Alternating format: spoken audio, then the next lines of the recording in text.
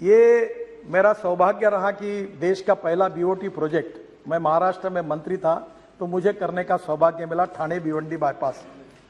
तो ठाणे भिवंडी बाईपास बनाया तो उसमें पहला टोल प्रोजेक्ट हुआ। अब ये खुशी से नहीं हुआ अध्यक्ष महाराज, ये मजबूरी है। मजबूरी है कि इतना बड़ा इंफ्रास्ट्रक्चर करने के लिए सरकार के पास पैसे नहीं है, और पैसे नहीं है तो इसके ऊपर दो उपाय कि चुपचाप बैठो और नहीं तो कुछ दूसरे मार्ग से पैसे लाओ। अब इसमें नुकसान नहीं है। जैसे अभी दिल्ली से मेरठ 4.5 घंटे लगते थे, अब 18 लेन का रोड बनाया अक्षरधाम के सामने, आप लोग रोज उसका अनुभव करते हो।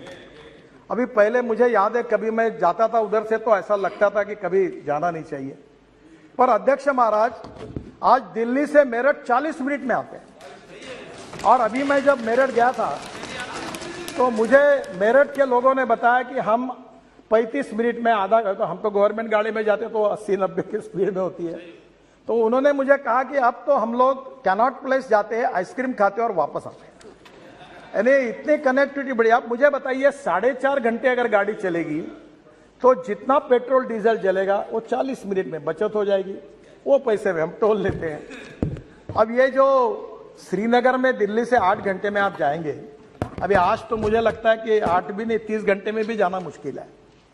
तो स्वाभाविक रूप से इसका सबसे बड़ा फायदा हुआ कि ये 22 ग्रीन हाईवे जो बना रहे हैं हम लोग, इंडस्ट्रियल कॉरिडोर बना रहे हैं।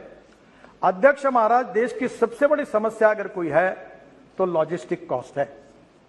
और अभी हमारे यूक्रेन के रशिया की लड़ाई के कारण फिर क्रूड ऑयल के भाव बढ़ गए, हम अड़चन में आ गए, और इसके कारण लगातार कॉस्ट बढ़ रही है। सब्जी महंगी हो रही, सब महंगा हो रहा है क्योंकि ट्रांसपोर्ट कॉस्ट बढ़ रही है।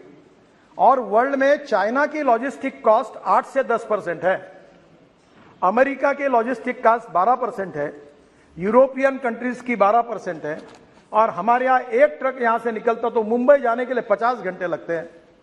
अब अध्यक्ष महाराज, दिल्ली और मुंबई हाईवे बनने के बाद एक कार से 12 घंटे में जाएगा और ट्रक 22 घंटे में जाएगा, तो आधे से ज्यादा अगर समय बचेगा, मशीन कम होगी तो डीजल जो है वो भी कम होगा, तो लॉजिस्टिक कॉस्ट कम होगी। तो हम लोग जो पोर्ट कनेक्टिविटी जो हमने नोट्स निकाले हैं, वो गतिशक्ति में भी 800 नोट्स निकाले हैं। केवल डिस्ट्रिक्ट को 4 लेन से नहीं जोड़ रहे, पोर्ट्स को जोड़ रहे, इंडस्ट्रियल कॉरिडोर, इंडस्ट्रियल क्लस्टर को जोड़ रहे, फिशिंग के लिए जोड़ रहे, एग्रो प्रोसेसिंग इंडस्ट्री को जोड़ रहे। तो स्वाभाविक रूप से मैं विश्वास दिलाता हूं कि प्रधानमंत्री जी का जो आत्मनिर्भर भारत का सपना है वो पूरा करना होगा तो एक्सपोर्ट को बढ़ाना होगा, इंपोर्ट को कम करना होगा। एक्सपोर्ट को बढ़ाना होगा तो इंटरनेशनल मार्केट में हमको वायबल होना पड़ेगा, कॉम्पिटिटिव बनना होगा, और कॉम्पिटिटिव बनना होगा तो उसके लिए हमको लॉजिस्टिक कॉस्ट को कम करना होगा। और इसलिए ये जो रोड इंफ्रास्ट्रक्चर खड़ा हो रहा है, जिसका उल्लेख सम्मान्य सदस्यों ने किया था कि आज देश का 70% गुड्स ट्रैफिक रोड पर है और 90% पैसेंजर ट्रैफिक रोड पर है। पर मैं आपको विश्वास के साथ बताना चाहता हूं कि जो नए एनएच बन रहे, ग्रीन एक्सप्रेस हाईवे बन रहे, ग्रीन एक्सप्रेस हाईवे का मतलब यह है कि पुराने रोड को हमने छोड़ दिया। मेरे साथ एक तमिलनाडु का अच्छा लड़का काम करा, भी वर्ल्ड बैंक में बहुत होशियार था, मेरे स्टूडेंट था, तो उसने एक दिन मुझे कहा कि ये जो रोड ऐसे है, ये देखो, वो गूगल पे गया और उसने दिल्ली से चेन्नई रेस मार दी और मुझे बताया कि ये देखो कैसा घूमते घूमते रोड जा रहा है, ये हम क्यों कर रहे हो। तब उन्होंने पहले आइडिया बताई और हमने नए ग्रीन हाईवे का नेटवर्क खड़ा किया। अब जो महाराष्ट्र में रहते हैं, पूना में, सुप्रिया जी को पता होगा, पूना में इतना ट्रैफिक जाम, इतना एयर पोल्यूशन, मुंबई में पोल्यूशन। अब पूरे उत्तर भारत का ट्रैफिक जो कर्नाटक, तमिलनाडु, तेलंगाना, केरल जा रहा है, वो मुंबई पूना नहीं जाएगा। वो पूना से बेंगलोर जाने के लिए कोल्हापुर की तरफ और सोलापुर की तरफ जाता था, वो ट्रैफिक सूरत से निकलेगा, ग्रीन एक्सप्रेस हाईवे, सूरत से नासिक, नासिक से अहमदनगर, अहमदनगर से सोलापुर और सोलापुर से कर्नूल।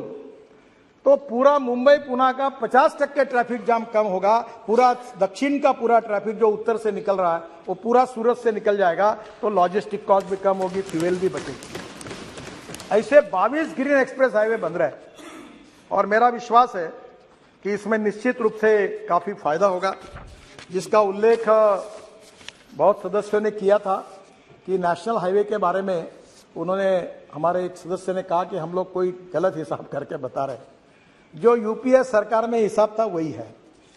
और हिसाब यह है कि हम 8 लेन बनाते तो भी 1 ही किलोमीटर काउंट करते हैं, हम 6 लेन बनाते तो भी 1 ही किलोमीटर काउंट करते हैं, हम 4 लेन बनाते तो भी 1 लेन काउंट करते हैं। और उसी के आधार पर हमने पिछले साल 38 किलोमीटर पर डे हमने ये रोड बनाया।